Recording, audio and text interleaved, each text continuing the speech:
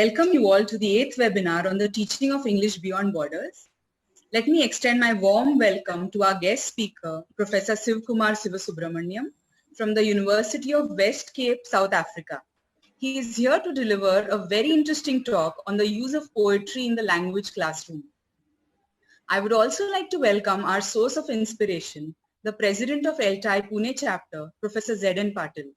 All our ELT Pune chapter members, participants and dear office bearers. I hope you all are enjoying the series of webinars on the teaching of English beyond borders.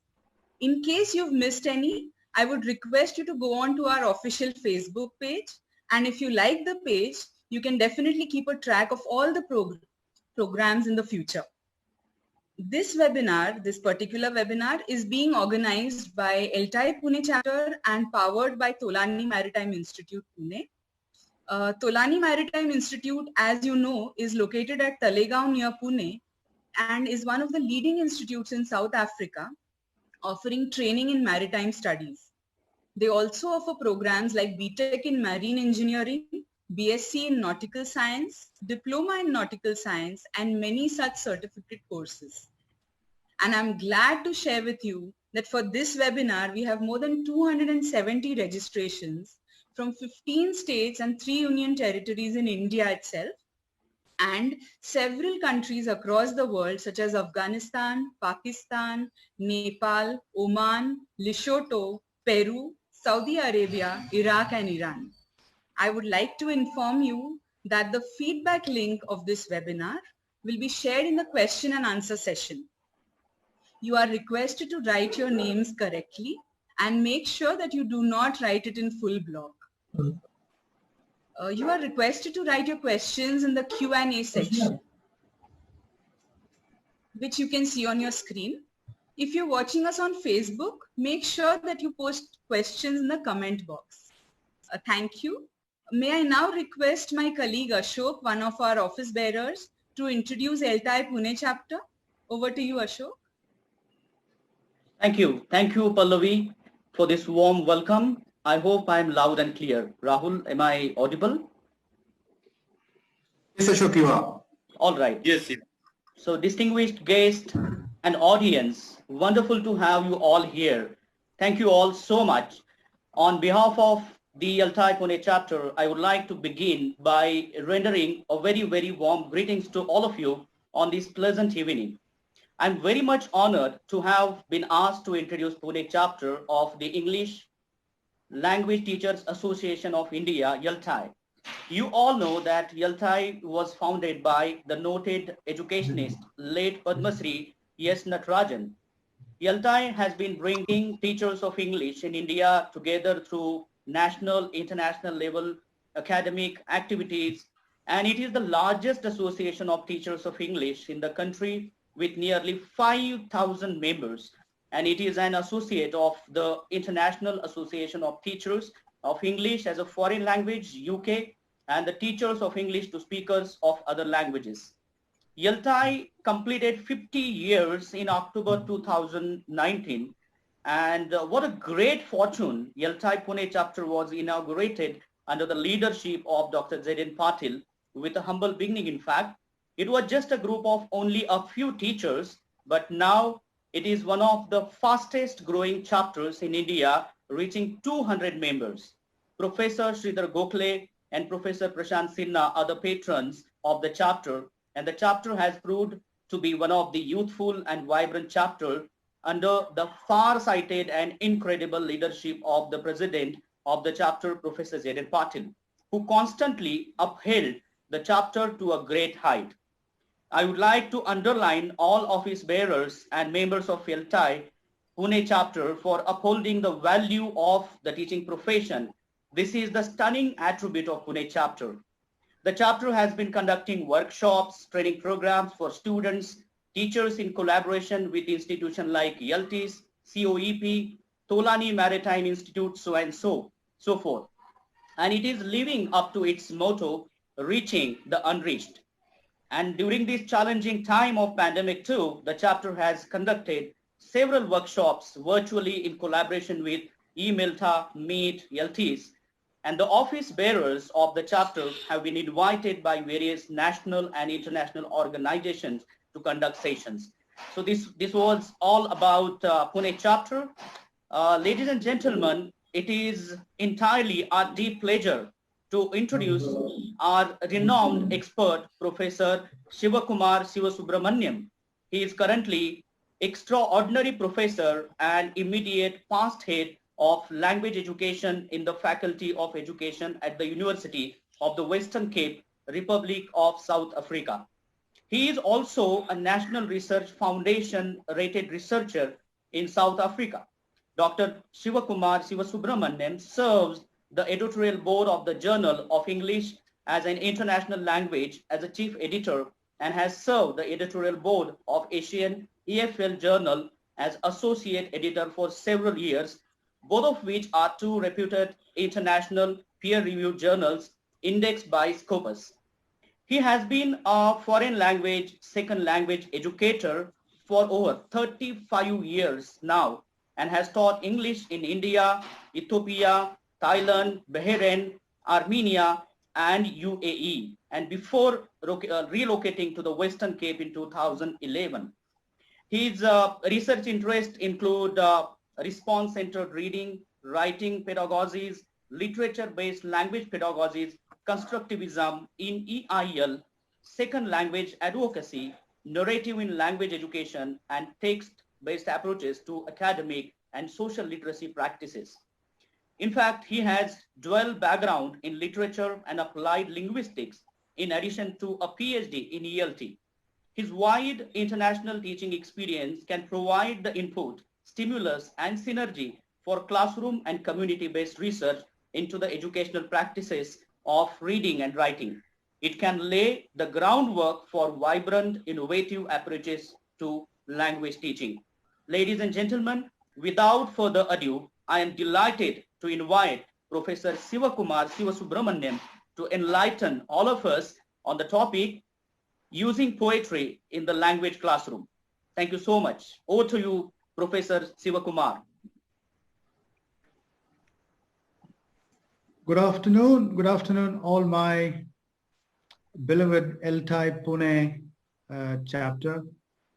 I'm indeed honored and privileged to be linking up with you on this afternoon and sharing with you some of my thoughts and some of my insights on the topic that you have just actually announced. So thank you so much for the heartwarming introduction that you gave me. I'm deeply obliged to you for that. I would also like to recognize the presence of Professor Zian Patil, who is known to me for many years. He and I go back a very long way. So it wouldn't be wrong if I said that he is a brother figure to me. I look upon him as my elder brother. So Zian, a heartwarming good afternoon to you, wherever you are in Pune. And once again, thank you. Nice to hear your voice, Zian. So once again, I share my heartfelt feelings of warmth and fellowship with all the people who have had a substantial input into this afternoon's presentation. I'm sure a lot of groundwork has gone ahead of this presentation, a lot of legwork, and therefore I must salute all the executives of the ELT Pune chapter. To begin with the beginning, and to begin at the beginning, the topic of my presentation assumes a particular relevance and prominence in the language teaching context. I need to actually say one or two things about it before I get underway. Poetry in the language classroom is nothing new. many of the people who belong to my generation, which includes Zian as well, we all learned a lot of language through poetry. It's nothing that is unfamiliar to us, nor is it in any way a stranger to us. But over the years, I have noticed that poetry has been gradually fading away from the realm of classroom practices. People have actually been weaning themselves of poetry. Now, this I think is a very saddening and a disheartening trend. The reason being, today's globalized world is more fixated. It is more preoccupied with corporate meanings, with conventional meanings, rather than with meanings which actually belong to every one of us in the imaginative realm of our being. And therefore, when Zian approached me to do a presentation, I felt this would be an interesting way of bringing our need to factor in poetry into the language classroom. In other words, I felt I should be actually providing a new sense of what poetry can do in the language classroom. And that is the reason I chose this title, Using Poetry in the Language Classroom. Can we move to the next slide? So let us ask a question in the beginning. Before I actually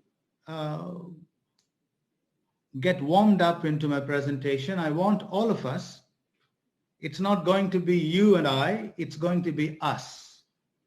Therefore, I am part of you and you're part of me. That is the sense with which I will go through this presentation. So it's okay to ask this question in the beginning, because we need, as educators, to problematize the way we look at things. But unfortunately, we seemed to be not doing this. We don't seem to problem pose because we're all the time preoccupied with problem solving. We need to problem pose, problematize. So why poetry in the language classroom? The bulleted points on the slide, I think they are self-explanatory to the fullest extent, perhaps. Poetry encourages our learners to say and do more with their language. Now, this is an overriding belief system of this presentation. How do we encourage our learners to say and do more with the language? Do we do that with grammar teaching? Do we do that with communicative language practice? Do we do that with form force practice? I think all these questions that I ask now may not provide us with convincing answers.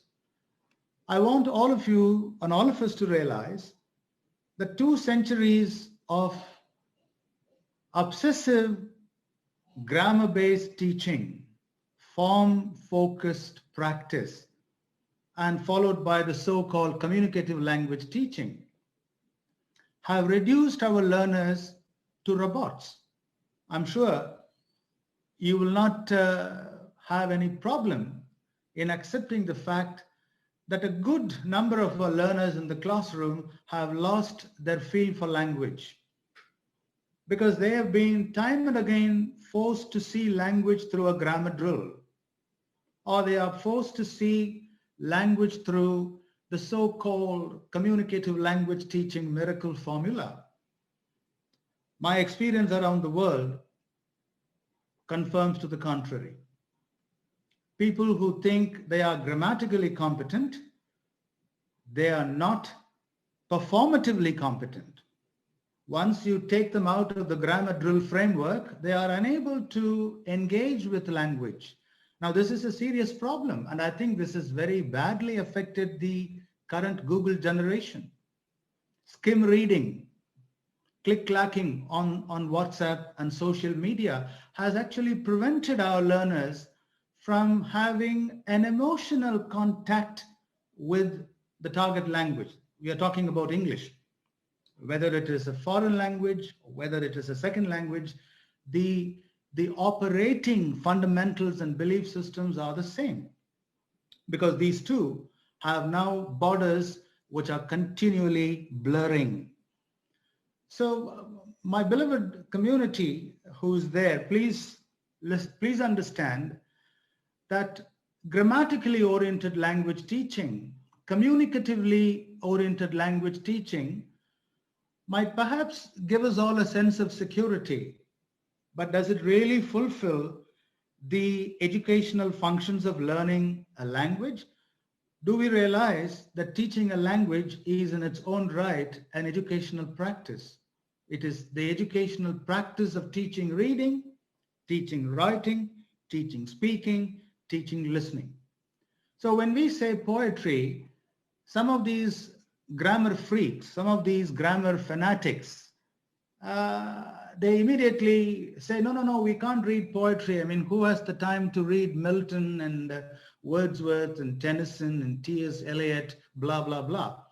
They don't seem to realize that poetry need not mean it is all the time Milton, Keats, Shelley, Coleridge, Tennyson, T.S. Eliot, Walt Whitman, Stephen Spender, Emily Dickinson. No. Poetry in its own right is an emotionally engaging use of language. We don't need to get stranded with, this is iambic pentameter, this is a sonnet, this is a lyric. I mean, those things come much later. So for today's student generation, what is most important is telling them how to engage emotionally with the target language, teaching them how to produce intrinsic meanings and not all the time denotative dictionary-based meanings, because these will not help them engage with the world in a wider sense of the word engagement. So we can engage learners to say more, to do more with the language. Poetry can invite our learners to be funny, to be wise, to be childlike, not childish, playful, witty, sentimental, philosophical, and experimental. I still remember two of my high school teachers in Chennai in the early to mid 60s. One of them was from Scotland. The other one was from England. And I went to a school that was being run by the Church of Scotland, Madras Christian College School. The school is still existent and there are still students going to study there. I think they have more than 6,000 or 7,000 students coming there on a daily basis. You also have a college, Madras Christian College. So I am a proud alumnus of these two institutions which were run by the Church of Scotland those days. I want to share with you two very interesting instances where I was made to feel, along with my other classmates, how language can be made to appear poetic and carry with it emotional appeal. The teacher who taught me general science, John Bowman, he would very often tell those noisemakers in the class, look here fellows, either you leave this class with pleasure or I would use pressure. In its own right, that this is a poetic utterance. If you want to make noise, leave this class with pleasure. Otherwise, if you continue to make noise, I will use pressure. There was another teacher who taught us the chemistry and the physics side of general science, because those days we only had general science. We didn't have the kind of specific divisions that we see in today's school curriculum. And this person, before starting to tell us about the three orders of levers. I'm sure there are some of people in the executive committee of ELT Pune who have engineering backgrounds. I'm sure they would be able to tune in with me, perhaps at a much stronger degree. There are 3 orders of levers: the first mechanical order, second mechanical order, third mechanical order. And for all these 3 orders, you need fulcrum, weight, and power. So to make us understand this, the physics teacher came to class one morning and wrote on the board, F, W, P, the levers 3, each must be in the middle B. If they want to be, they should be in the middle B.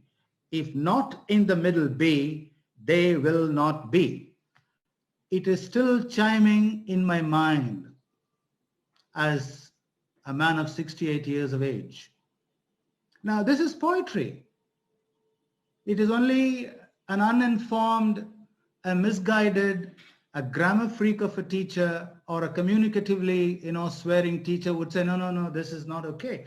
There is so much of language in it. FWP, the levers 3, each must be in the middle B. If they want to be, they should be in the middle B. If not in the middle B, they will not be. So they will not be fulcrum, weight, and power. So where have we lost this? Why did we lose this? When did we lose this? This is the question we should be asking when we talk about poetry in the language classroom. I'm not denying, I'm not trying to convert you to a very different ideology of language teaching. That is not my intention for this afternoon. But all that I'm pleading and all that I'm saying is form-focused language practices can be fine, but they are not enough with which one can interact with the real world. I'm sure all my friends from the state of Maharashtra will understand that when an abang is rendered, the abang of Namadev, the abang of Tukaram, bhavanas are more important than the bandishes. So where have we lost the bhavana of language teaching? And how best can we do that? We think, grammar can do that. No, grammar makes language teaching monotonous. It makes it boring. And it doesn't encourage students to do critical thinking, creative thinking, analogical thinking. Especially the current Google generation is more preoccupied with skim reading.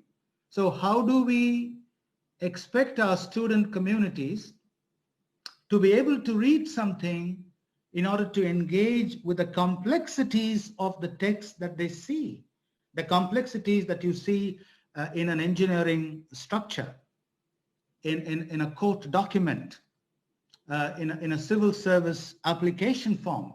So communicative language teaching and grammar teaching cannot teach these things. So please, let us understand, or let us agree to disagree perhaps, that by using the creative and imaginative dimensions that poetry can afford, we can bring about a fantastic revival of language teaching and learning. So a focus on form is not what we really do when we convey messages in the everyday world.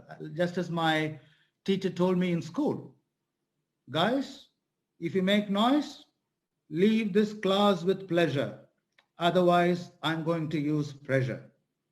FWP, the levers 3, each must be in the middle B. Fulcrum has to be in one order, in the middle. Weight has to be in the middle, in the other order. And power has to be in the middle, in another order. You see, such a complex, such a daunting, and such a serious concept in physics was made understandable to us within 3 or 4 batting of our eyelids. So this is the power of poetry. Now, do we realize we all have poeticity in us? What is poeticity? It is our creative urge to say things creatively. How can we forget the way we played with language when we were little children? Do we all realize that we played with words And we use a lot of metaphors even when we were little kids, because that is the way we understood meanings. So all that I'm saying is we can understand form via the kind of meanings that we can propose through the space and synergy that poetry can offer us in our language classroom practices. Can you move to the next, please? When I thought of the presentation, this is something which I had seen so many years ago, much before I became a teacher. And this is something that tells us very aptly and very succinctly what a poem is. Poetry is a collection of poems. So a poem constitutes poetry, and poetry comprises poems. So whether you see it from the left or from the right, it is bidirectional. A poem is not a delicate piece of pottery that clumsy hands may drop and break in pieces. So folks, it is not fragile. It is not fragile because it is resilient. Because it is resilient, it can be turned, it can be twisted, it can be crumpled, it can be compressed, it can be decompressed, it can be analyzed, it can be cut into bits, it can be examined very closely, and the closer we examine it, the more we find things in it to admire. And this is perhaps the reason why Wordsworth and Coleridge in the bygone century said poetry should be within the reach of the common man. It is not for the elite person who goes to a university, nor is it for something to be done only by people who belong to the upper class. No. So if you look at the beliefs and value systems that are actually operating in the realm of poetry, it is something that everybody should be able to enjoy. So the common approach to poetry, we don't need to get stranded with the stylistic baggage of poetry. I mean, that is disservice. In today's world, that is going to be futile, and that is going to be perhaps even academically lethal, pedagogically unachievable. So those things have a different function. We are not asking our students to become poets by definition, but we are asking our students to learn and to appreciate how to use the language emotively, engagingly, creatively. I mean, it brings to light a certain degree of automaticity. So poeticity is in every one of us, but we cannot have it as a separate dish. I mean, this is like my professor Ron Carter telling me in University of Nottingham during my PhD years, Siva, you cannot have oil separately as a dish, but all the dishes you cook will need oil. Poeticity is exactly like that. Poetry is exactly like that. It is in everything.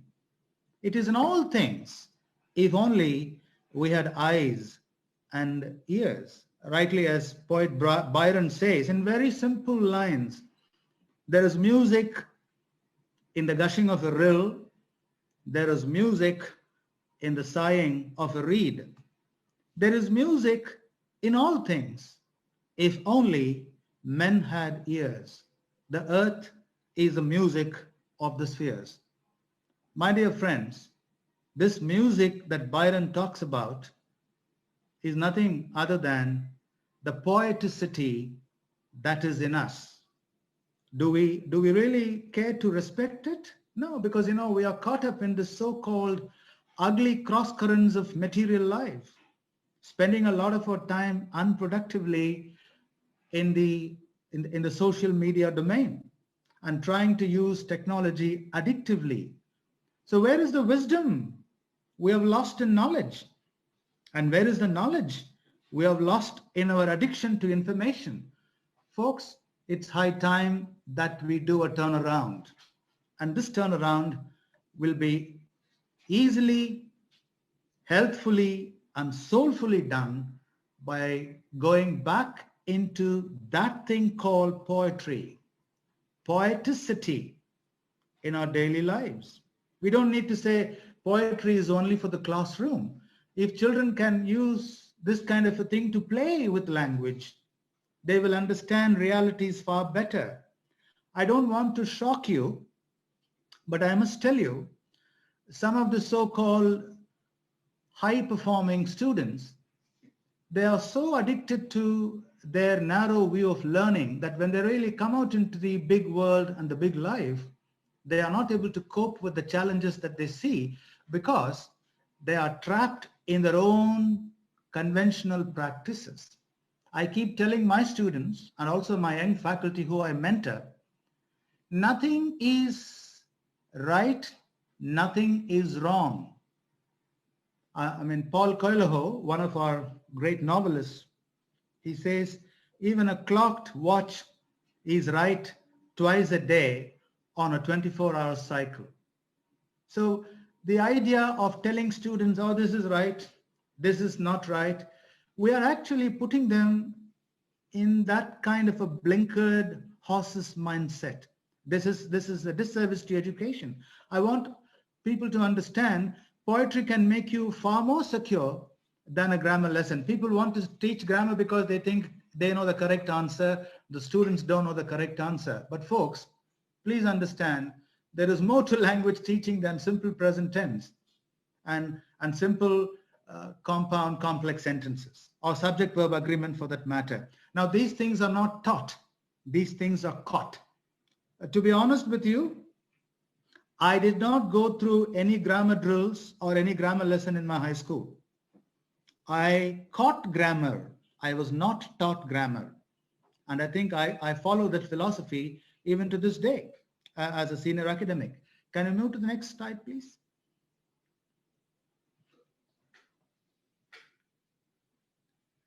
Now, there are little things, applications, which I have selected because in the limited space of an hour, nothing much could be done. Therefore, I had to make a very rigorous selection, a kind of a choice which I think would bring to bear the importance of using poetry in the language classroom. So this first one, I'll try to go through some of these applications as per time. And in case I run out of time, I think, you can actually figure these things out because the slides are always there with the ELT Pune chapter website. Now, writing your own poems. So writing our own poems. Now, the thing that you see here, you see a hair poem which consists of descriptive words like curly, woolly, wavy, frizzy, wiry, tidy, shiny, fluffy, floppy, wavy, crinkly, wispy, shaggy, greasy. Now, this list can be used with the beginners, with even students in a college, because how are they going to understand these words? Social media will not allow them. Their addiction to texting will definitely alienate them from all the joys of understanding the meanings of these wonderful adjectives, all of them ending with the Y letter. So simply start your students into doing this. I like hair that is healthy, that is wavy, that is shiny, and that is tidy. I brush my hair with care, my hair. Folks, this is as poetic as poetry can ever be. You don't have to plow through a 20-page text of Milton's Paradise Lost to say that is what is poetry. No, this is in its own right as poetic as that. Now, by doing this with our students, we are fostering in them, we are engendering in them a sense of wonder about things. Now, please realize the worlds that the poets talked about in their poems are the worlds that we crave to be in.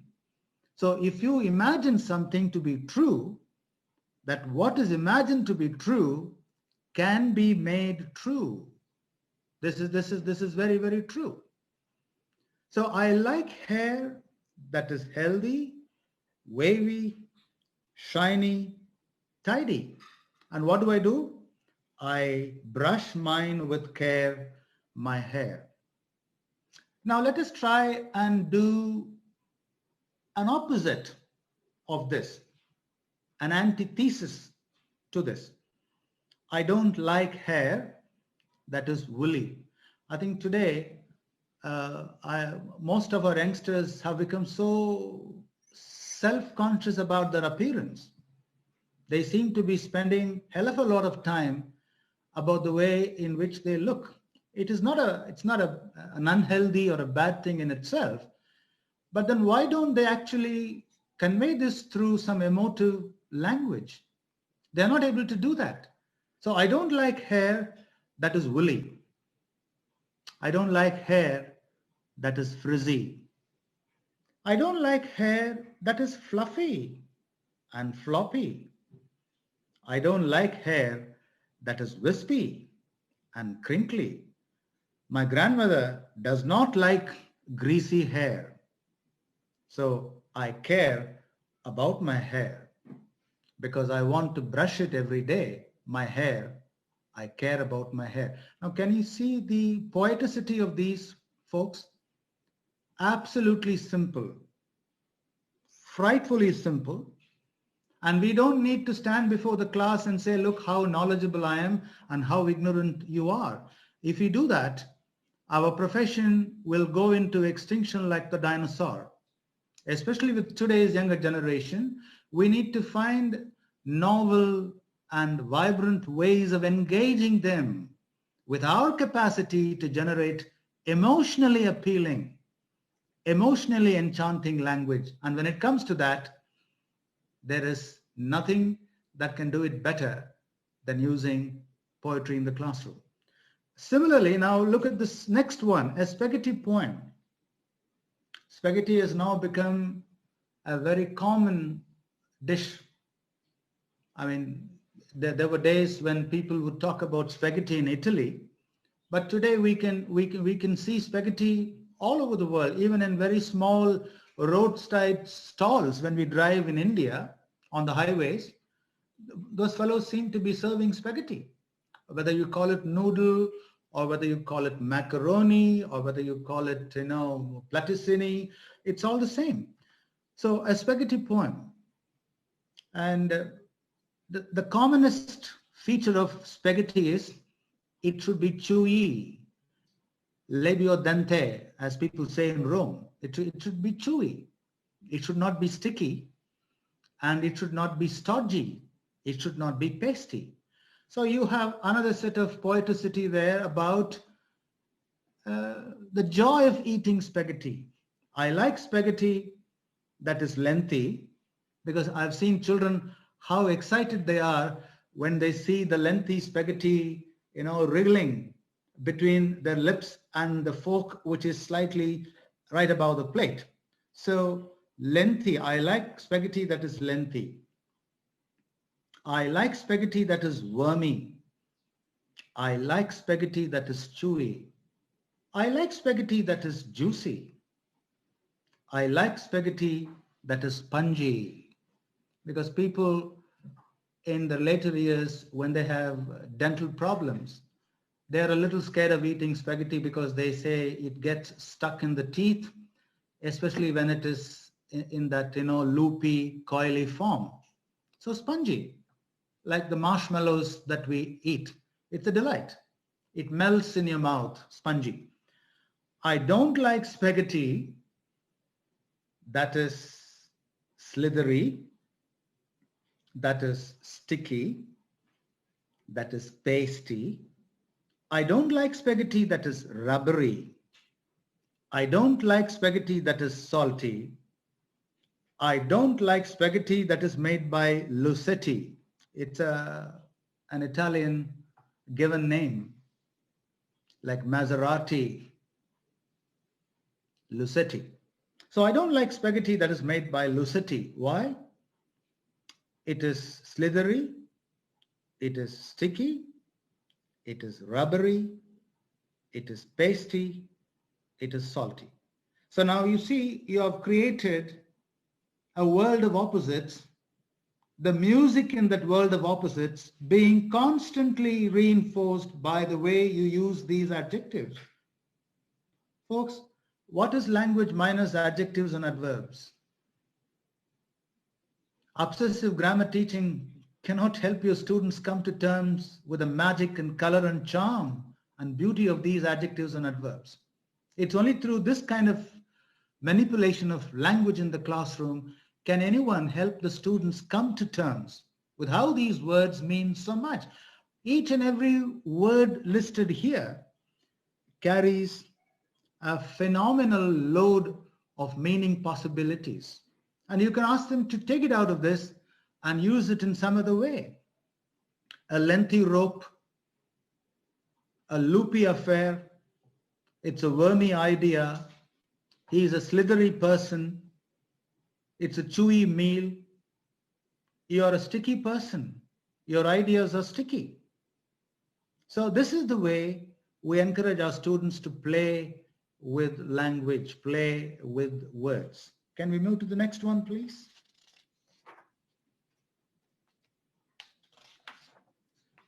Now let us talk about a subject poem. Now we talked about writing our own poem. Now continuing on that line of approach, continuing on that line of application, let us talk about a subject poem. What is a subject poem? It's a poem in which the subject remains the same while you supply a series of descriptive words.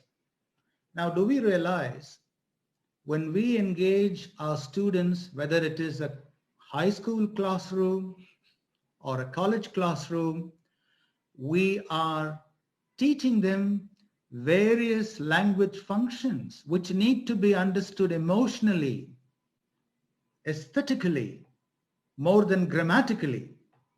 Because no amount of grammar teaching can really help students communicate things fluently. I mean, I am a musician. I'm not a stage performing musician. Having been a disciple of Pandit Jasraj, late Pandit Jasraj, he would always tell me, Siva, forget the bandishes, show me the bhavna. Bhavnas come first, bandishes come much later. So if you, I'm sure most of you people in Maharashtra are great, devotees of music. I'm sure you will understand a musician who goes on stage and who is all the time bringing out cerebral music, all the time swaras, sarigama, mare, pa, pa, dani, instead of actually bringing out the sonorous resonance of the swaras via alap, via gamak. So that kind of a cerebral music is not enjoyable. In the same way, talking about grammar rules, oh, you're wrong here. Your subject verb is wrong here. Your tense is wrong here. I'm not saying you can ignore that, but what I'm saying is more important than that is trying to tell your students the need for creative application of language, and there is space in it. Are we using the space? No, we are not using the space because we want to feel secure, because by feeling secure, we are telling our students we know all the answers correctly, whereas you guys, you know all the answers incorrectly. Now, this is what is actually coming in the way of fun. So let's come away from that belief system. This subject poem here talks about traffic. It's a common phenomenon. Traffic has become ubiquitous all over India, even in small villages. There is so much of traffic. I mean, people have become so crazy with their vehicles, little realizing that they are actually causing not only noise and air pollution, they are also causing a tremendous deal of emotional stress. Imagine sitting out a traffic snarl for 90 minutes in the morning before going to work, and for a longer time as you're coming back home from work. So expose them to these things, because these are words which have got some relevance with the kind of global warming we are talking about. Ecosphere. So how do we salvage Mother Nature? How do we come to realize that the pollution is taking its toll on every aspect of our daily living? So look at these adjectives there: fast, thick, noisy, obnoxious, dangerous, carbon monoxide, bumper to bumper, immobile, crawling. So the subject poem can go like this: traffic is thick, traffic is fast, traffic is noisy, traffic is dangerous, traffic is obnoxious, traffic is carbon monoxide, traffic is bumper to bumper, traffic is immobile. So the kind of arrangement you have followed by using the word traffic tells your students that, look, just using this single subject verb traffic, we can create such enlarged world of understanding, the kind of possibilities. Rest assured, folks, those students who become curious when going through such a practice will go and practice it with something else, and they will be creating their own poetic worlds. They will be maximizing, they will be enhancing their levels of poeticity. Nothing could be a better service to language education than this particular thing. If you don't teach your students to propose meanings, if you don't teach your students how to understand form through meanings, no matter how much you cry and hammer with grammar, is not going to produce any effect. I'm sharing with you my own experience. As I told you earlier, I learned the language through reading, through listening. And for me, grammar was caught. It was not taught. In the same way, folks, we can use television as a subject.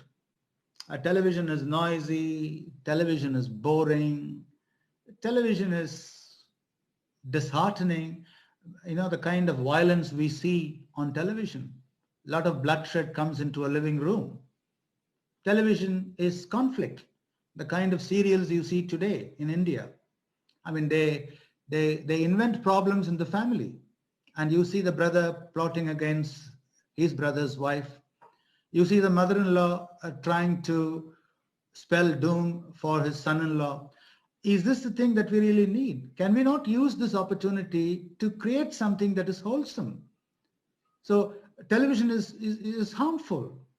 Television is ghostly. Television is disheartening. Television is uninteresting. Now, what is happiness? Happiness is infectious. Happiness is brightening. Happiness is cheering. Happiness is permissible. It's not impermissible. So you can play with such combinations, and these in their own right are examples of poeticity. So you can create your own poem, like the way I showed in the previous application, and you can use a subject idea: morning, rain, hunger, grief, disaster, joy. So remember, by using these applications, you are actually teaching literacy to your students. As a teacher educator, I have deeply believed, and I still believe, language teaching exists for the promotion of literacy. What is literacy? It is not simply being able to read A for apple or B for ball and C for cat. Nor is it an ability to spell your name and sign it on a document. That is not literacy. That is a mechanical, simplistic, unbeneficial understanding of literacy. Anybody can fool you. So what is literacy? It is a complex ability with which you make informed choices and informed decisions. Especially in a large democracy like India, literacy needs to play a very, very important role. Otherwise, people will be making foolish choices. They wouldn't understand what it means to live and work and grow and flourish in a democracy. So your choices, the kind of informed decisions that it results in, all these things can come through poetic use of language, because literacy is that. You don't understand one thing through one word. Connotative meaning is far more supreme, is many-fold superior compared to denotative meaning. So we make a pig of ourselves by gorging ourselves daily on the so-called fattening grammar lesson. I'm being poetic. Can you see this? I don't want to make a pig of myself, greedily gouging myself with grammar. So ga, ga, ga, bhavana, and that is the bandish. Shall we go to the next one, please?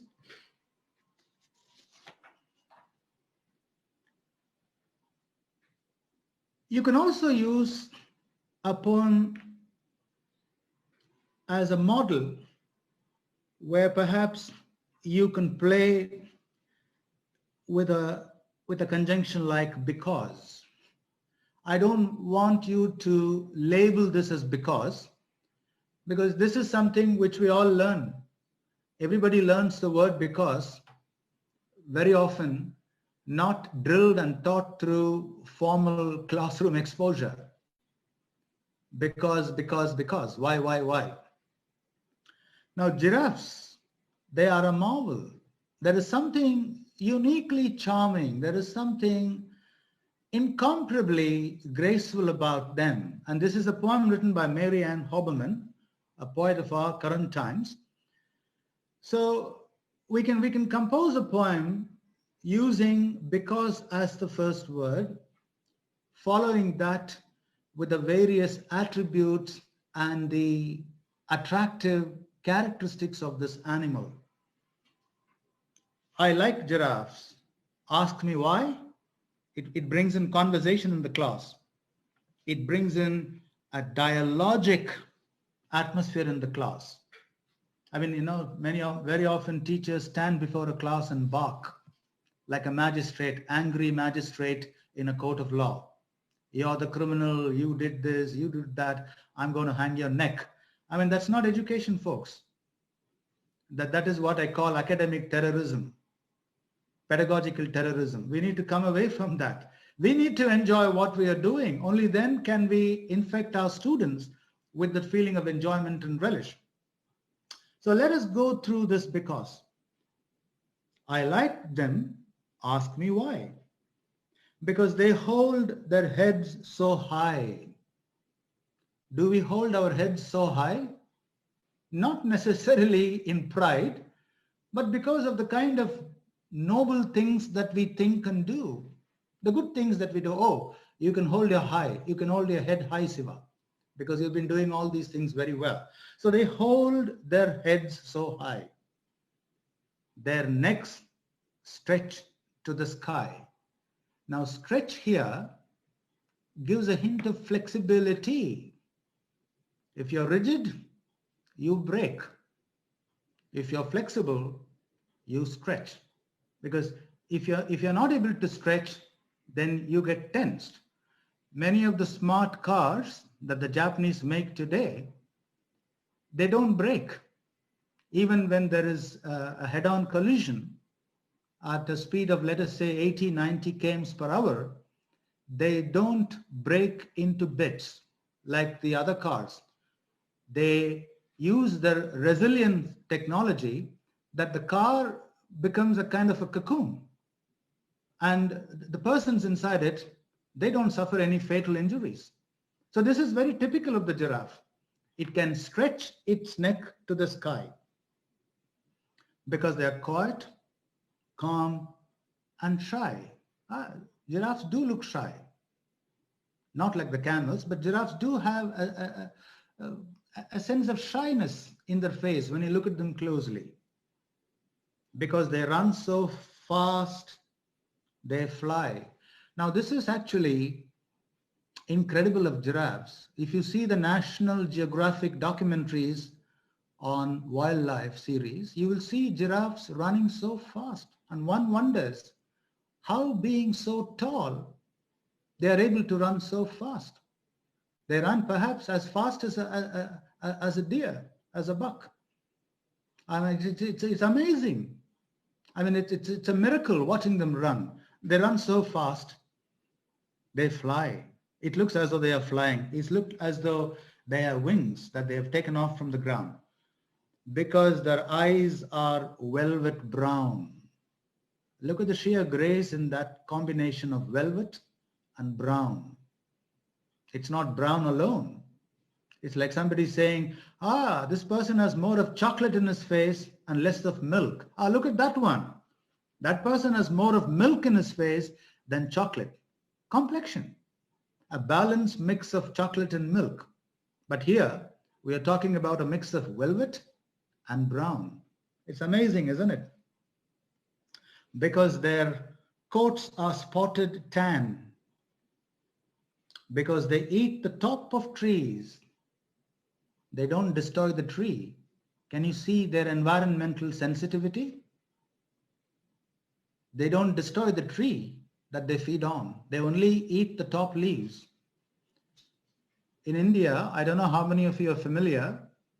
This is something that we all believe. My grandparents used to tell me when I was a small boy, they would tell me, Kumar, don't pluck the tulsi leaves from the lower branches of the plant. Pluck it from the top because they will regenerate faster. And that is true.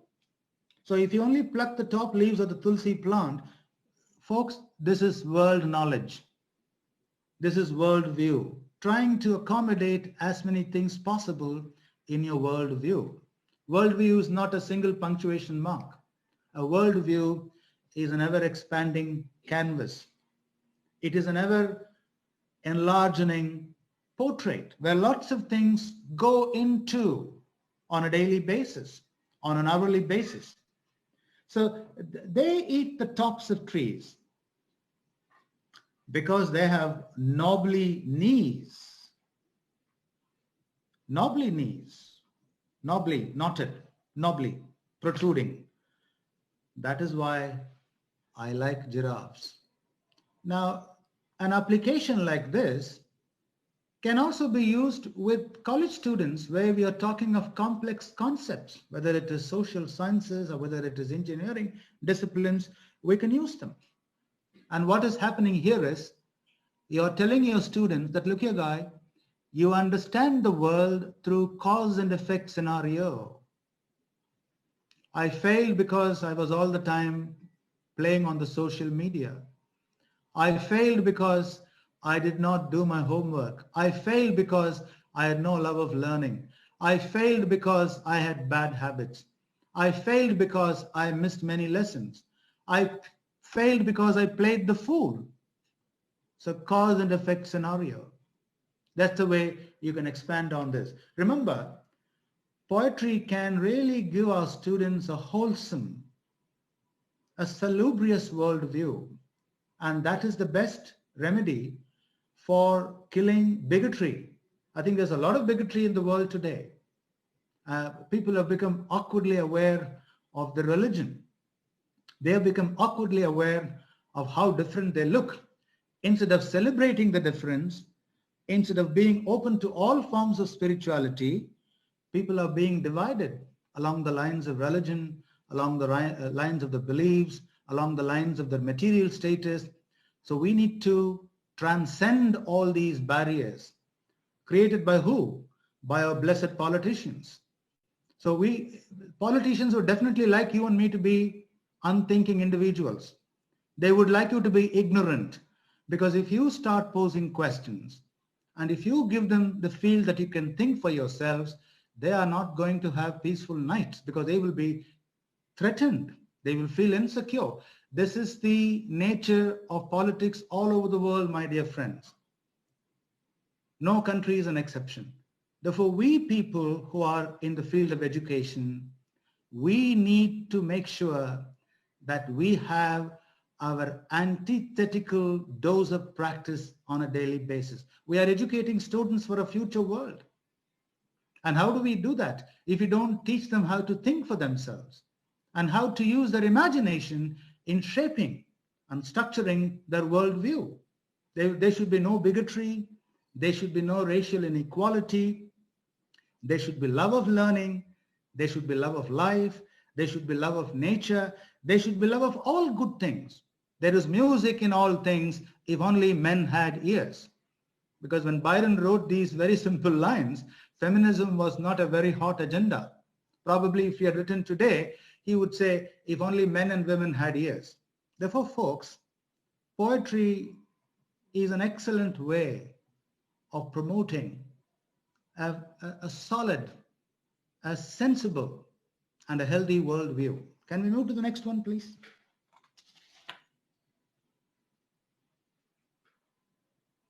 Now, this is a very humorous poem that you see there. It was written by a group of students in Annamalai University in Chidambaram. And one of my peers, who was also doing PhD at Nottingham, more or less the time I was doing it, he happened to share it with me. Now, look at the title. It resonates with the local culture of two different parts of the country. Idli is a South Indian specialty. Well, I know even in Pune, you can get very nice idlis and very nice dosas. I can, testify to that. Chapatis in the north. But I would imagine in Pune, you get both idlis and chapatis of palatable texture.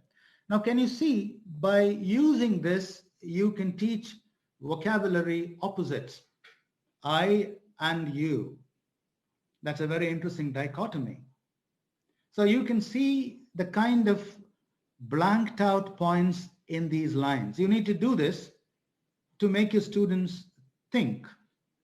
So you think, you're a fan of idli, and he thinks that he is a fan of chapati. So how do you do this? I'm the youngest of the six. You are the oldest of five. So I am the youngest, you're the oldest. I am shy, you're bossy. I am shy, you're open. It is possible. I like bossy people, you like shy people. So see the opposites here. I like bossy people, you like shy people. You can also say, I like shy people because I am shy.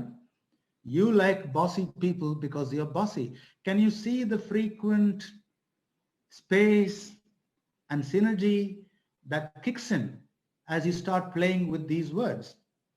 So we are best friends. I eat idli, you eat chapati. I'm fluffy, you're cheesy. It's okay. We can make a good combination. So I like idli, you like chapatis. I like champagne. You like champagne? No, you're a teetotaler. I mean, I don't want to, drink. I don't want to drink. So daru tyagi, in your colloquial thing. So I don't want to go anywhere near drinks. So I like champagne, you're a teetotaler. I read Shakespeare, but what do? You love computers. So if you love computers, can you love Shakespeare? A very difficult question to ask, because computer gets used to skim reading. It gets you used to skim reading more often. So we are poles apart. We are poles apart because you read Shakespeare holding the book in hand, and I love computers reading things on the console. But if our worlds come together, Elysium is born. What is Elysium? A place of wonder, a place of everlasting joy. As Robert Frost says, heaven on earth. Not earth in heaven, but heaven on earth. The heavenliness of earth. So Elysium is born. So this is the way, by teaching opposites in very simple poetic utterances, we can alert our students that, look, as you're learning language, you can have a great deal of emotional engagement with it. And that's very important. If you don't love language, how do you educate yourself? Do we all believe there is no education without language? Many of us don't. I think, let us be honest. Most of us who believe that education is a separate thing and language is a separate thing, we don't accept the fact there is no education minus language. Language is the conduit. It is the channel through which education has to flow.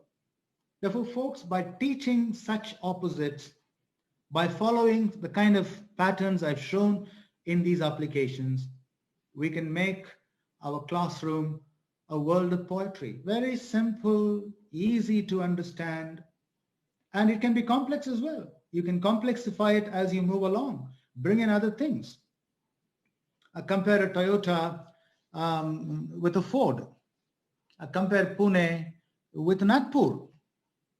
Compare two songs, one sung by Asha Bhonsle and one sung by Lata. I was talking to you about Bhavana and Bandish. Please don't, find fault with me.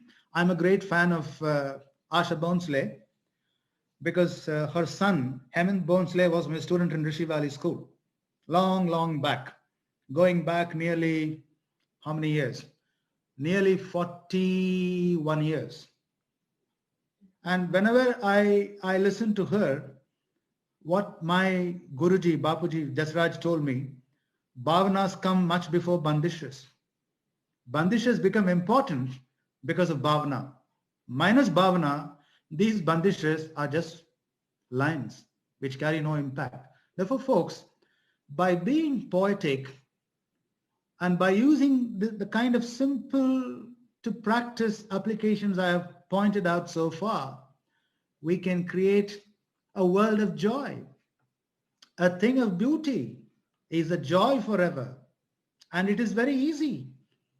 We don't have to rack our brains.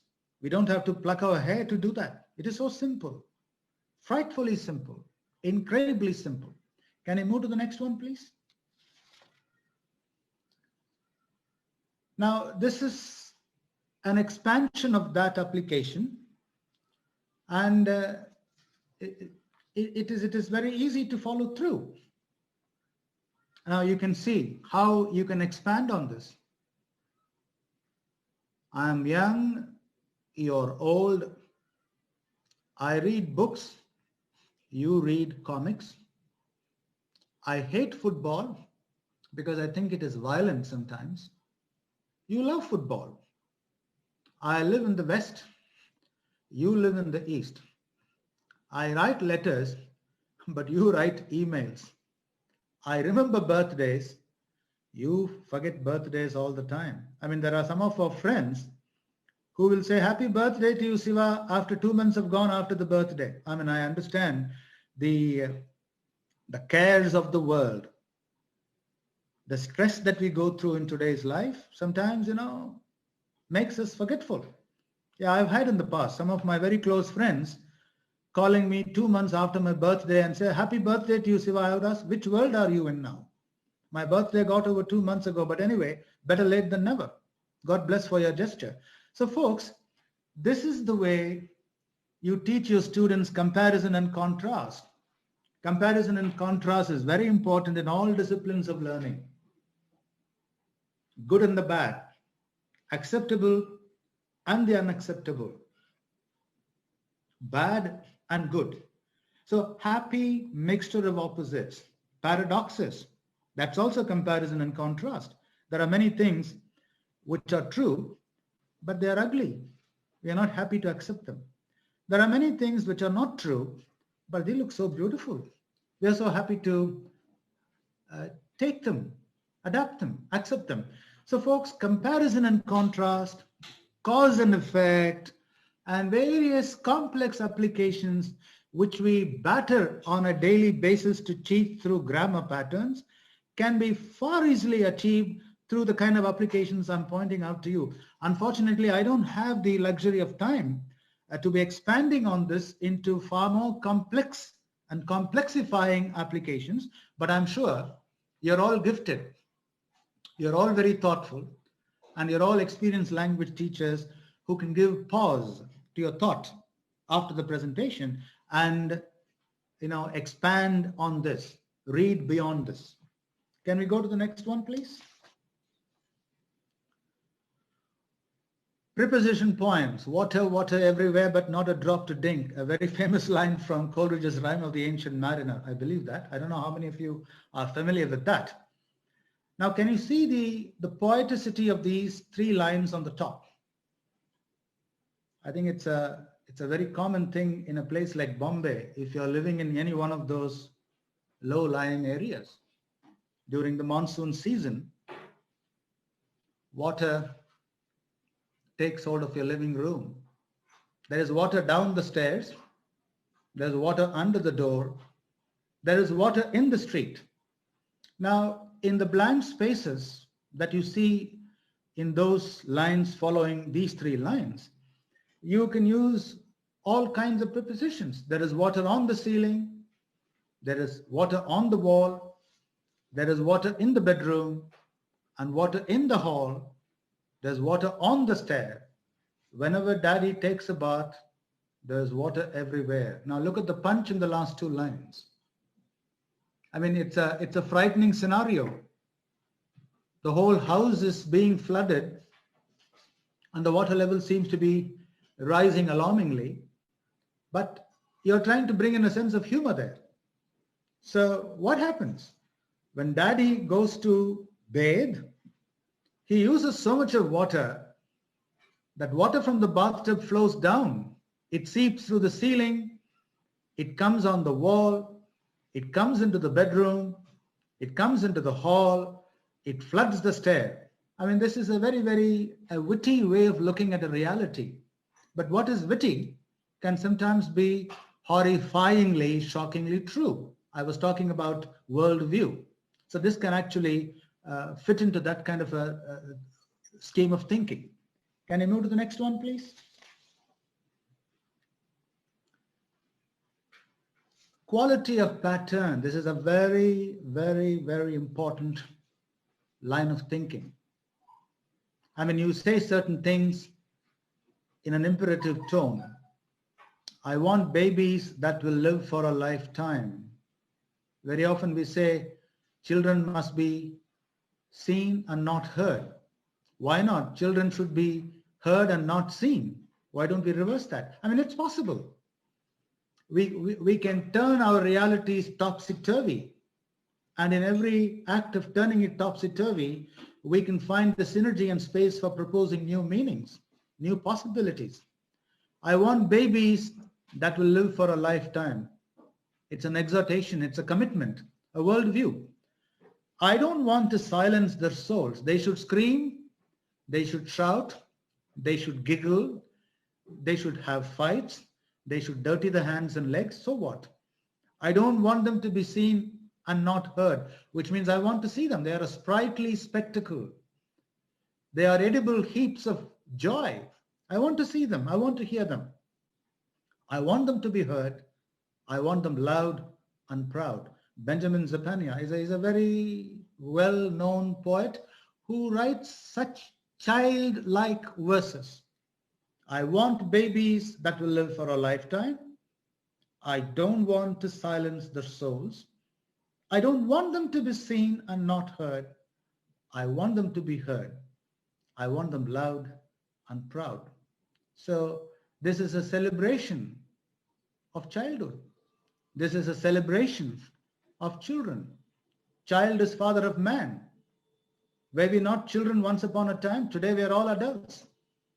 We are, grammar champions.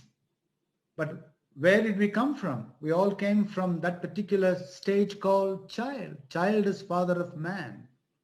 And that is why, sometimes in our later years, middle years, we behave in a childish way. We become very childish regarding our fears, our flaws, our foibles. So child is father of man. It's a celebration of childhood. Look at those two red lines. I mean, you can compose things like this. It is an imperative, but in the negative. Do not go gentle into that good night. Rage, rage against the dying of light. This is somebody telling a person who is in the last throes of life, who is in the last lapse of life, God, please don't let this man succumb to his end. Let him rage. Don't we say somebody died with his shoes on? How will you interpret this grammatically? I mean, all those grammar freaks, I would like to challenge them. He died with his shoes on, literally meaning what? He lay in bed with his shoes on and he died. But the figurative meaning of that, the poetic meaning of that is, he was still active in work when he breathed his last. So folks, quality of pattern. I want, I don't want. I want, I don't want. I do want, but I don't want. That's a kind of pattern you can always use to bring about this kind of a thing I'm talking about in this application. Can we move to the next one, please? There are a lot of similes and metaphors that we come across in language. I mean, I don't want to give you a lesson in similes and metaphors, but I must use this occasion to tell you that language in its own right is a simile. And learning a language is like learning a simile. Now look at these lines here on the slide. It will tell you what actually I mean when I say learning a language is like climbing a mountain. Learning language is like swimming an ocean. Learning language is like collecting seashells. Learning language is like polishing stones, windsurfing. Learning language is like playing the guitar. Learning language is like listening to music. Learning language is sleeping or surfing the internet. I have put them all in batches without commas. You can actually put a comma after that. Now, can we move to the next one? And that is the high point of this slide. Can you see the way the whole thing has been expanded into such a nice explanation for language learning being seen as a simile? Learning new words is like climbing a mountain. Collecting the stones on the way, polishing them so your journey is slow. So what is it? You need a lot of time to learn words. Not grammatically, but semantically, but figuratively, metaphorically, imaginatively. The stones are heavy, but when you reach home, some of the mountain is still with you. Can you see the poeticity here? That little stone that you took home is a representative of the big mountain that you are trying to climb, which means you are holding it in your hand. The microcosm and the macrocosm idea of doing things. I collect words like seashells. Each one is different. They are white, pink, gray, many colors. I remember place where I have collected them. This is a very nice way of telling your students that learning a language via the power and force, promise and potential, eloquence and electricity of vocabulary is to be done this way. It doesn't happen overnight. As O.E. Wilson says in his bestseller book, Social Conquest of Earth, it is the human mind which will be the eternal constant.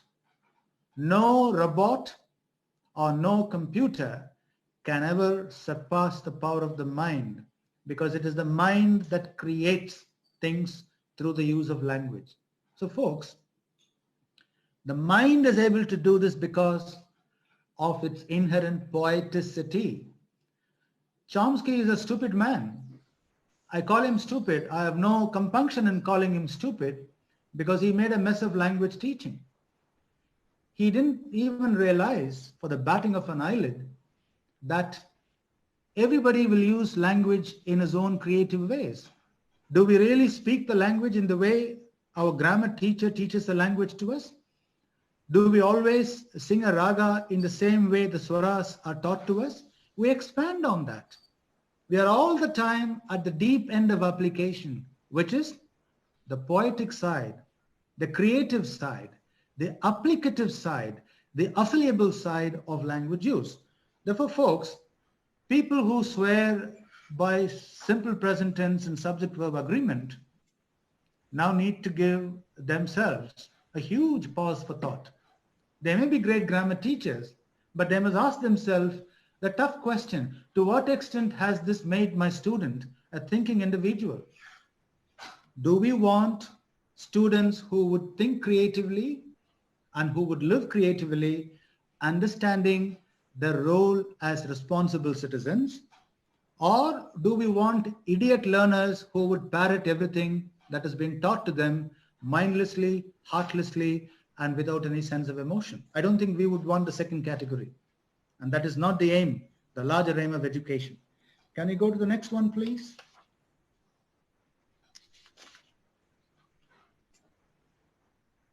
You can also use some sentence pattern poems. Very easy, very simple. I mean, this is something which we all use even at very complex levels of communication. I can do it, I can't do it. I want to do it, I don't want to do it. I can hear the rainwater, I can't hear the sea. I can hear my teacher talking, I can't hear my mother scolding. Can you see the difference? When my mother scolds, I can't hear because I don't want to hear. But when my teacher talks, I'm able to hear because I can hear. I can see my class friends laughing. I can't see my brother crying. I can see the blue sky. I can't feel the warm sun. So you are creating dichotomies, sets, this thing and that, here and there, now and then. I mean, this is what we would call as dichotomy in a very simple, unassuming sense. Here and there, now and then, this and that, you and me, we and they. I mean, this is the way we see life, isn't it? So this is something which you can do. You can use I can, I can't.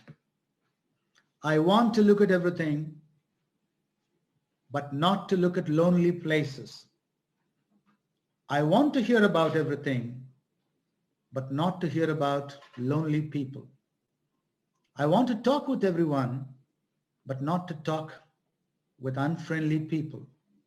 I want to know about everything, but not to know about unhappy people, unhappy places. I mean, whether you call a place unhappy or whether you call people unhappy, the transferred relevance is the same. A place becomes unhappy because of the people who inhabit it. And the people become unhappy because the place makes them feel unhappy. So it is bidirectional. It's not a happy town. How can a town be happy? The town is not happy because the people who live in it are unhappy. So folks, these are the complex, grand concepts of thinking, grand concepts of enlarging our frames of understanding that can come out of being poetic in the classroom. You don't need to take Milton and Edmund Spencer and Walt Whitman into your classroom.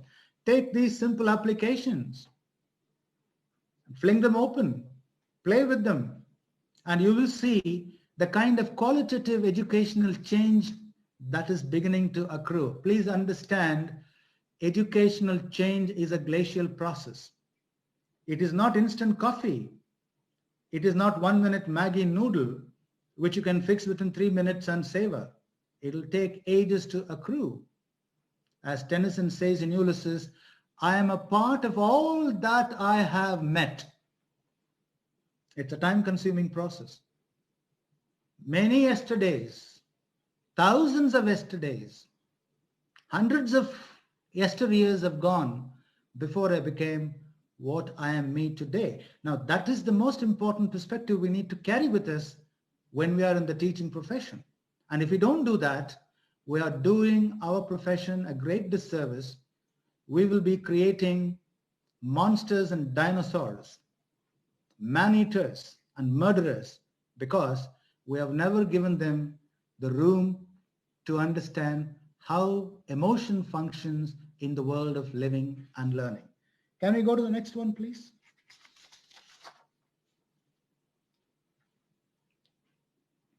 Relative clauses. I mean, it's a very, very interesting thing, because relative clauses inspire you to ask questions about the world. Who, what, why, and whether, this or that. I was talking about it just a while ago. So I wonder who chose the color of butterflies. It's like that age-long nursery rhyme. I wonder where you are. I wonder where you are. I wonder who chose the color of butterflies. I wonder who made all the petals of flowers. I wonder why sheep have wool. I wonder why trees live so long. So by asking why questions, you are inculcating in your student community the right kind of values and beliefs for a research acumen. I mean, Newton asked, why did this apple fall on my head? Why did it not go up? Why did it come down on my head? So this is the way life is patterned. This is the way our thinking is patterned. Therefore, we need to connect with that. We need to link up with the energies, the instincts, the intuitions. By over-relying on grammar and communicative language teaching, we are not only becoming counterintuitive, we are making our students counterintuitive. And counterintuitive is synonymous with counterproductive and counterpedagogic as well. I'm voicing my personal belief. So don't take me amiss on that. However, I would insist again, asking questions about the world, which is easily done and which is easily practiced and made possible through poetic use of language, is a very nice way of teaching our young students how to research into things. I mean, we all do PhDs at a much later stage in our lives, don't we? We don't do PhD when we are 16 years old, do we? No, we don't. Nor do we do a master's when we are 17 years old. No. Look at a tree. It takes so many years to attain that level of fruition, that level of maturity when it becomes a fruiting tree. In the same way, we can do all this through a series of wonder. I wonder why he did this. I wonder why he failed. I wonder why he gave this man so much money. I wonder why he trusted him. I wonder why he closed the door on me. So you are constantly enlarging the hypothetical nature that is inherently present in the use of language. Chomsky did not realize this. I'm sorry. If Chomsky came to me today, I will challenge him nose to nose, because he said there is a language acquisition device. Where is it? Is it near the heart? Is it near the belly? Is it at the back of kidneys? Or is it behind the chest? So he made some very stupefying conceptualizations, which are now being turned absolutely topsy-turvy. Language is an ever socializing process. Our students learn languages not because we have theories in applied linguistics, not because we have concepts and categories in linguistics. Our students learn language because we inspire them to naturalize themselves into it. It is an everlasting practice in socialization. They socialize themselves. And that is what we call language learning, language teaching. When I teach to my students, I am learning. As I'm talking to you, I am revisiting my fundamental values and beliefs of language teaching.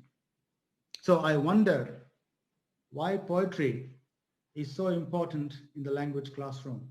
I wonder what will happen to us if we said goodnight to poetry. I wonder what will happen if grammar teaching became the ABC of language teaching. I don't wish to answer those questions, but I'm proposing these hypotheticals to you to ponder over. Next one, please. I wonder who lives in the sky way up above the clouds. I wonder what they have for lunch and whether their house is big. You know, this is a very interesting observation because people who cook a lot of smelly food, the smell actually lingers in the house. If you're living in a small house and if you're all the time, you know, burning onions and garlic and all the other things, the fume, the smell will be there for a long time. And this is, I think, very typical of those places where people cook fish. The stench doesn't go away. So I wonder what they have for lunch and whether the house is big. I wonder what makes her sad and why she cries this rain that falls from the sky. If we can teach our students to practice these applications, engage, ask them to come up with their own applications using these forms and see how rich it sounds in the way the meaning comes out of it, in the way the bhavana comes out of this. So those bandishes will become beautiful because the bhavanas are so well enunciated and so well illustrated. Can we go to the next one?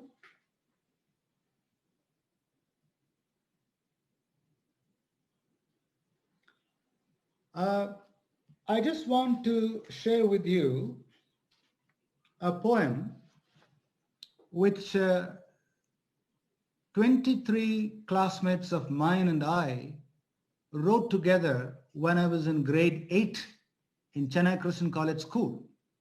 And the teacher told us we should be actually doing a cooperative class poem, a collaborative class poem every week.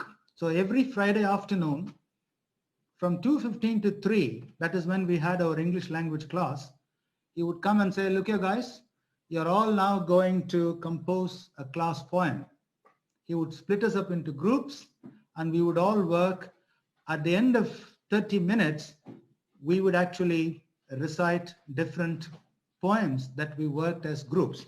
Now I'm going to read to you something which I recalled ever since, my brother Zian Patil said, Siva, you need to do a presentation for ELT Pune.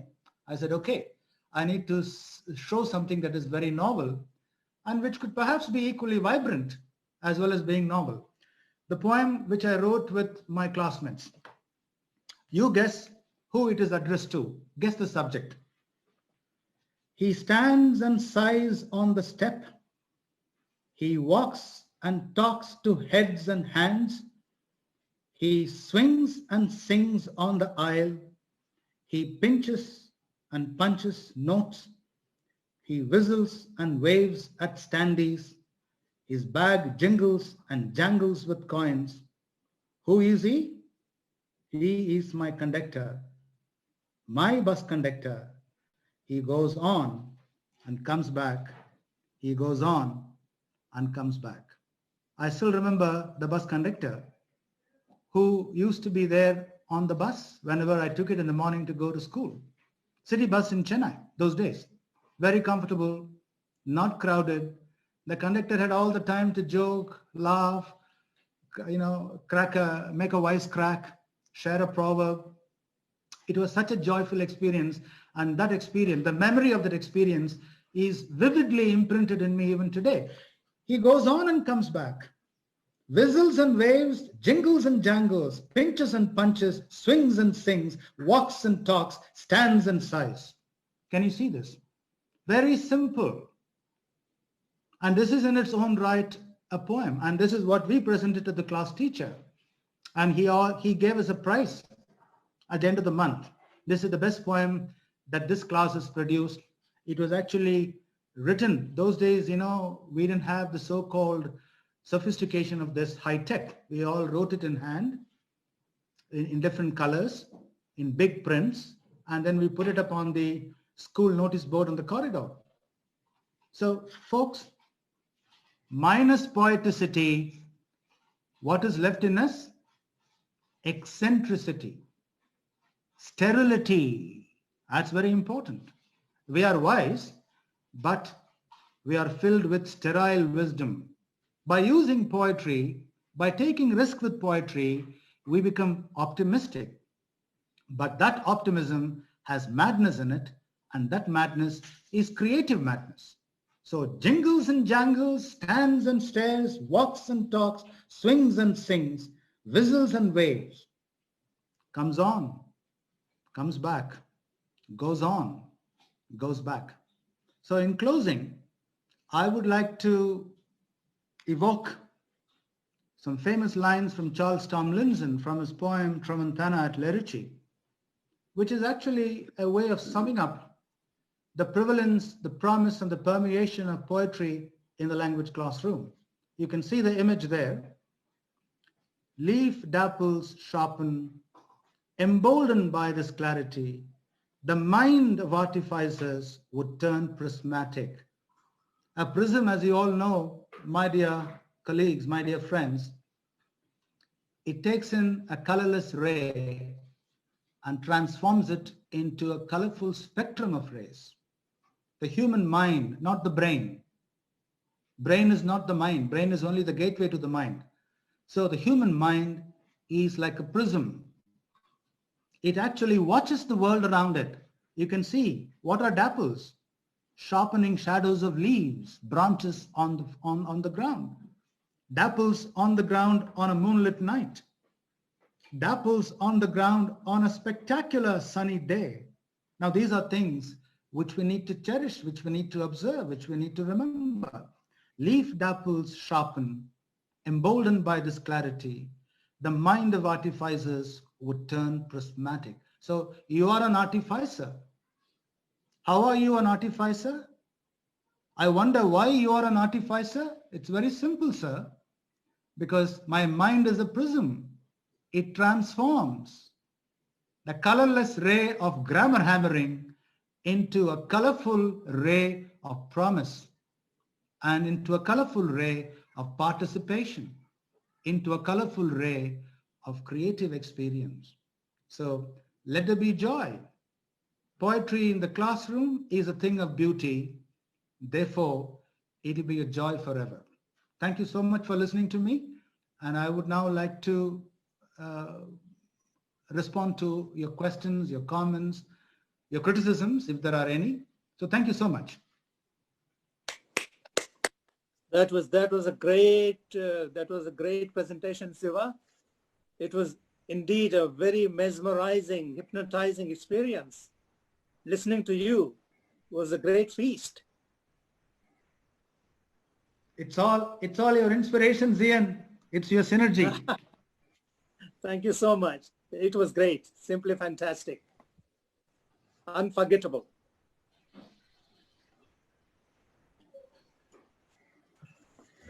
Good evening, sir. Thank you so much for such a wonderful session on using poetry in a language classroom. I hope I'm audible.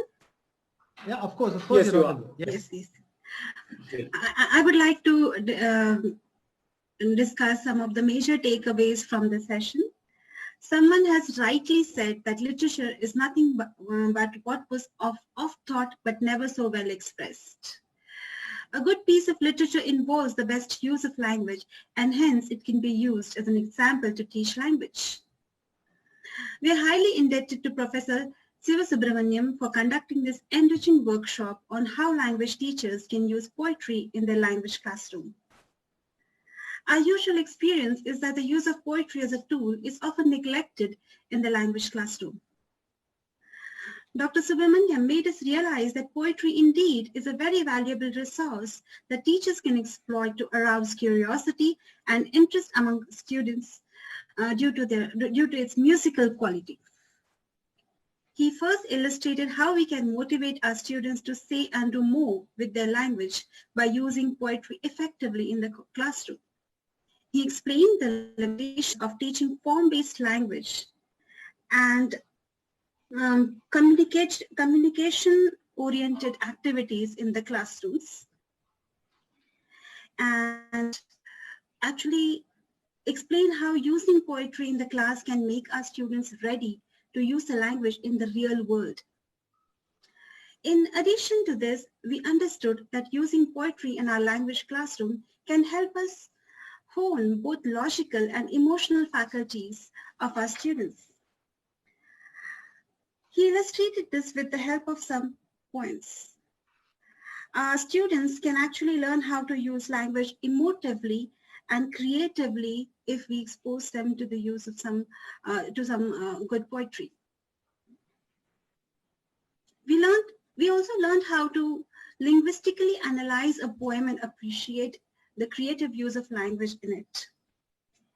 He further explained how we can teach various language functions using poems in the classroom. He explained a very important concept like language needs to be caught and not taught. And using literature, we can help our students to catch language rather than learn language by formally teaching them.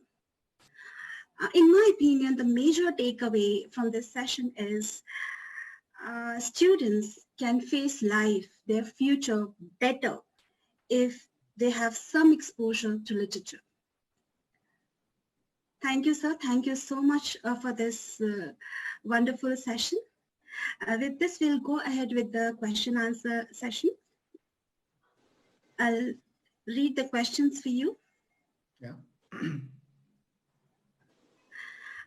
Ms. Naila Noor Sheikh has a question. If we are teaching basic grammar or language skills in classroom, then how can we include poetry in this?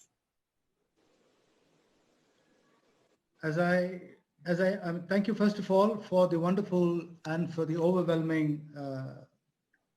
overwhelmingly appealing summation you provided. Thank you so much for that. And thank you for your words of faith. And thank you for your words of admiration. The question relates to some of the applications I have already pointed out. I mean, you don't take a poem because you want to teach grammar through it. I mean, it is what the Japanese would call reverse technology. So you present the poem like the way I did and ask students to take risks with it. If you see a poem which is mostly written in simple present tense, then the poet wants you to understand that whatever he is saying there is happening in a chronological order. Like Walter Delamere's Moon. Slowly, silently, now the moon walks the night in a silver shoon. I mean, it is not climactic order, but it is chronological order. It is happening in a very gradual way. And if a poet is using a lot of past tense, then that poet is actually referring to a completed experience which captures some of the highlights and specialities of that. The use of adjectives, the use of adverbs, the use of nouns, the use of apostrophes, and sometimes they also use powerful verbs.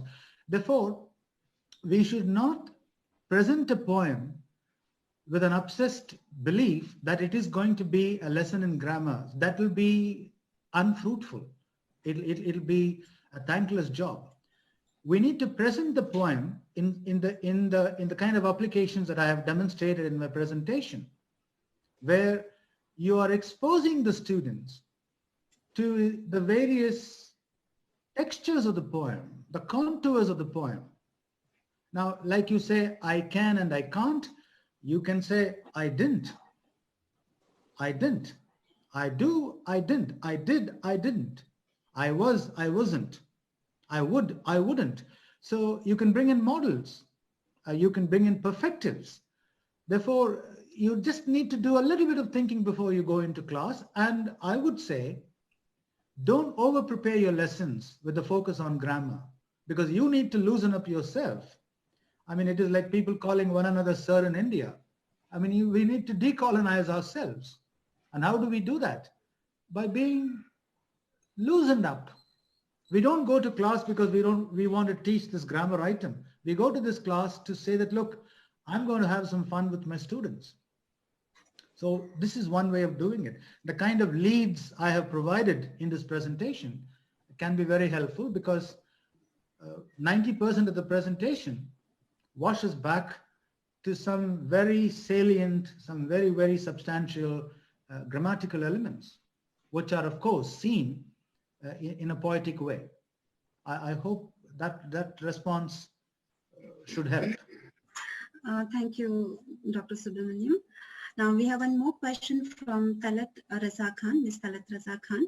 Poetry is full of deviations. Do you think it is advisable to expose the learners to the deviations while learning English as a language? Absolutely, yes, yes, yes. Om Shanti.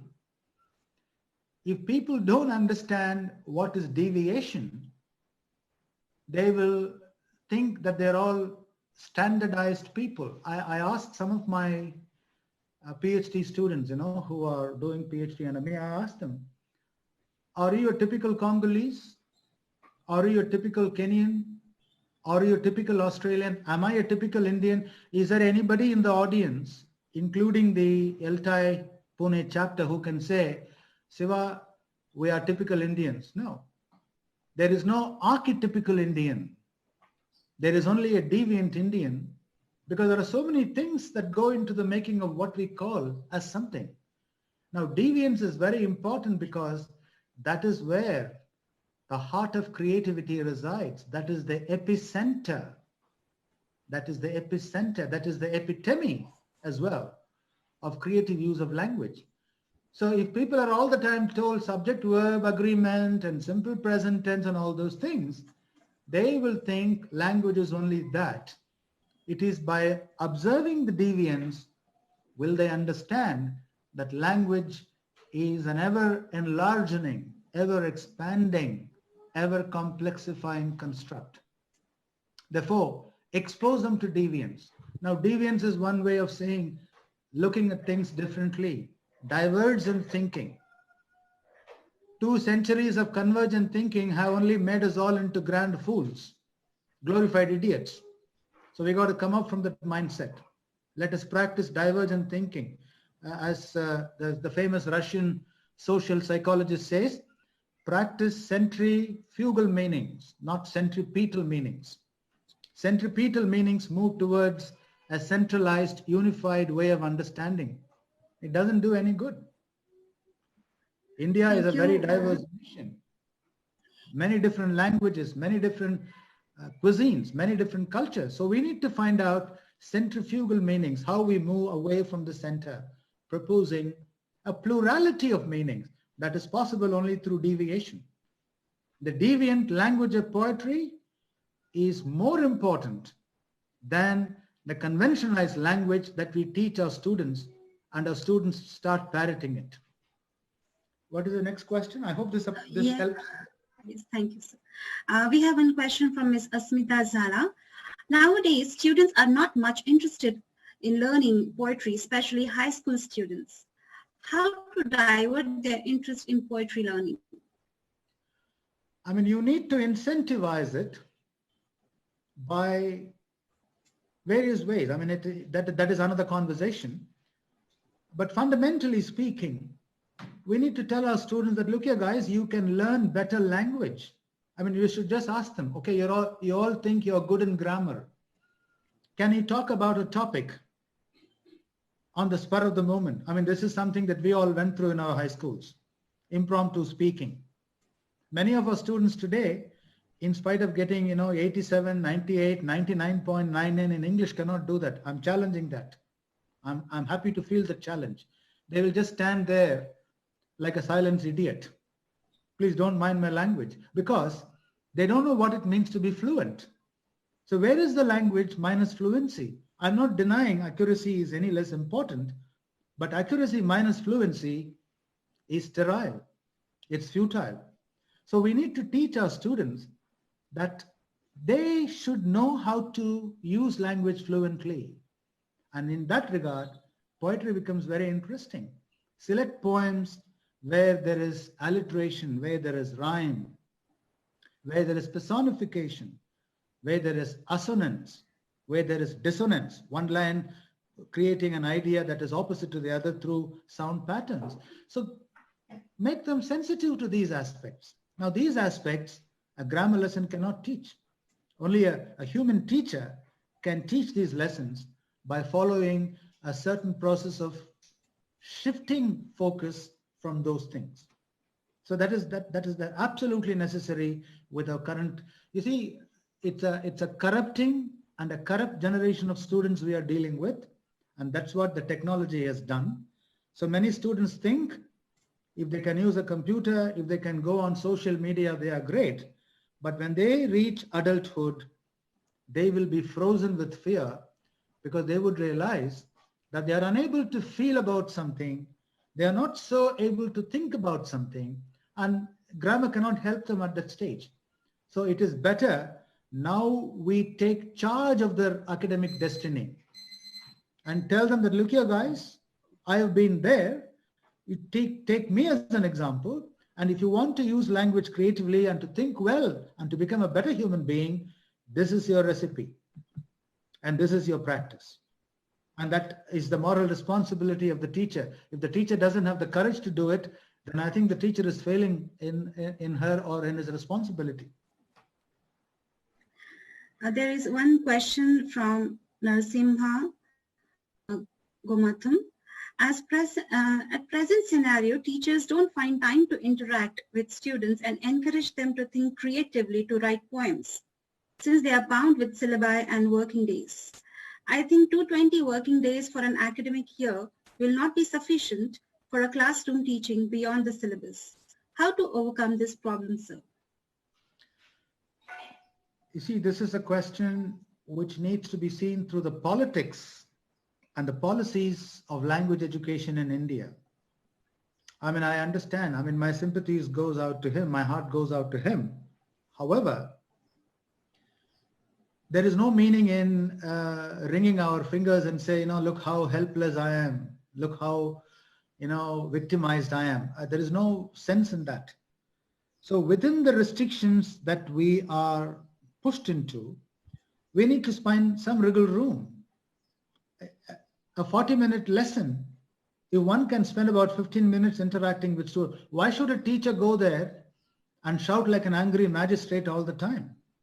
Why can't a teacher bring about a dialogic atmosphere in the class? Why should the teacher always believe a monologic ecosphere in the classroom is a sign of sure competence? It is not a sign of competence. It is a sign of pedagogic corruption.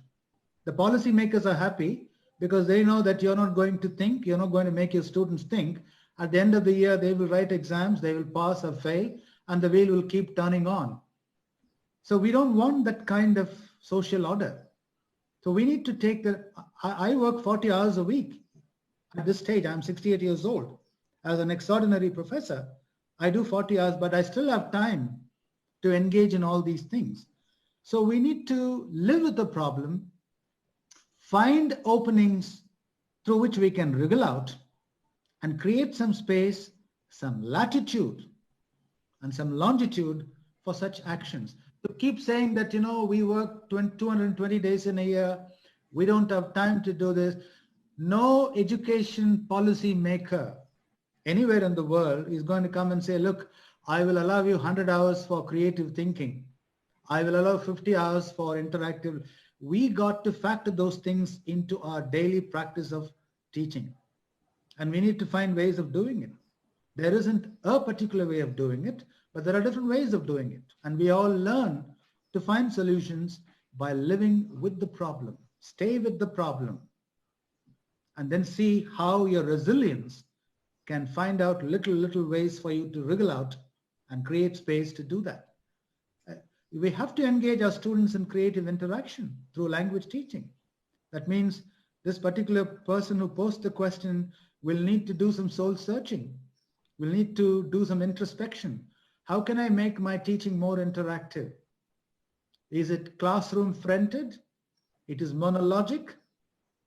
It is all grammar oriented? Is it correct answer, competent thinking oriented? you have to change that. You got to make a shift from that. That's the only way to go about it. And also, teachers can use their leagues, their unions, to voice their concerns to policymakers so that policies can be moved in beneficial directions, into beneficial classroom practices. Because a policymaker, who is the policymaker in India for education? What is his education qualification? I'm posing a challenge. I would like to question, what is his education qualification? What is his experience as a teacher? Because he has got political clout, he becomes the education minister, and then he makes all kinds of funny policies, sterile policies. Therefore, folks, I think I mentioned this point. Zian would bear me out when I did the session in Symbiosis Pune sometime in 2019. We got to cock a snook. We got to thumb our noses at the politicians because they are not as educated as we think they are. They're all, masquerading under false colors. So we got to teach them so that they understand that when they make policies, they will make those policies benign, human-centric, learner-centric. So that's the way to go about. And saying some helpless things like, what do? It doesn't help. Let us, empower ourselves because we are the unelected legislators of the universe. And we got to remain true to that. So we got to teach our politicians what it means to educate our children. I don't think, we have ever had an education minister, at least to my best knowledge and memory, in the past so many decades, who understood what it means to educate children. You only see children being mechanical transporters of books. I mean, when I think of the children going on city buses and trains, carrying sacks and sacks of books on the backs, my heart burns. It burns with rage and it bellows with grief. Why? Because we have stupid people making policies. A mark-oriented system is no measure of education. Some of those people who fail their college degrees, they become better leaders because they understand education in a holistic sense.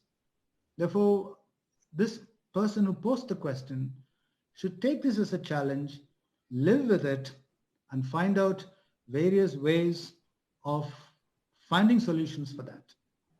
Okay? Thank you for answering the questions, Professor Sivasubramaniam. Now I request Ms. Pallavi Desai to propose the vote of thanks. Thank you, Leena. Thank you, Professor Sivakumar, and thank you for the wonderful talk and for responding calmly to so many questions as well.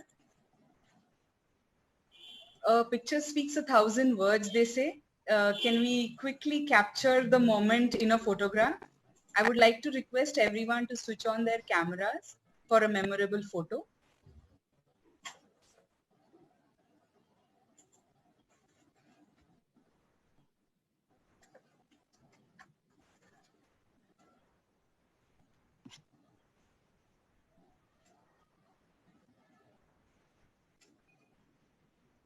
Thank you. I would also like to request the President of ELT Pune chapter, Professor Z.N. Patil, for giving us such a wonderful opportunity. It has been an invaluable learning experience. May I request Professor Z.N. Patil to briefly address us, sir? Thank you, Pallavi. Am I audible, Pallavi? Yes, sir. Hello, Pallavi. Am I audible? Yes, you are audible, sir. Okay. So, in fact, talking after Siva is like a candle or a torch demonstrating to the sun as to how to go about brightening the universe. Siva has already brightened the universe and he's the sun of the day.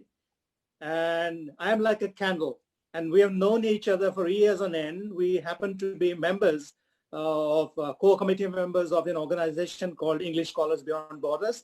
And I'm extremely happy, and I feel I'm really fortunate to have a friend and a brother like Siva.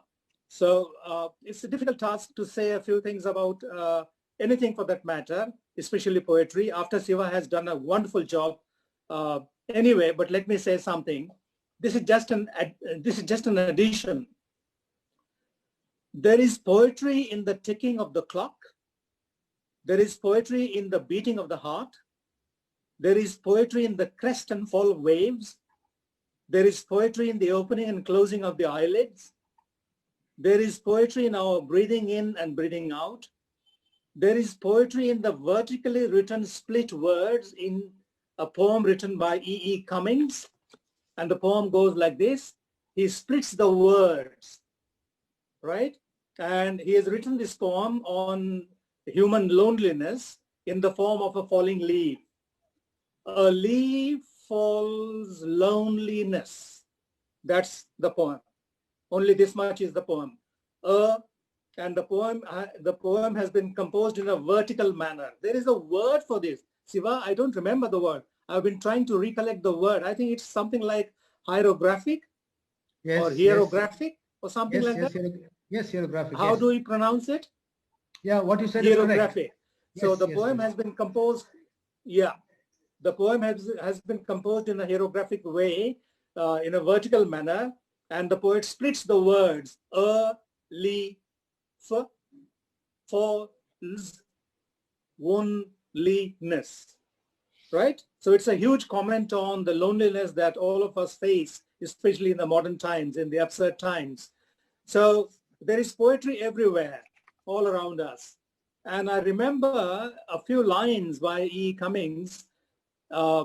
Yes is a pleasant country. Siva discussed the idea of deviance or deviation, and the idea of foregrounding, and the idea of creativity or being creative at length. I just want to add a few things to that. Yes is a pleasant country. This is the poem.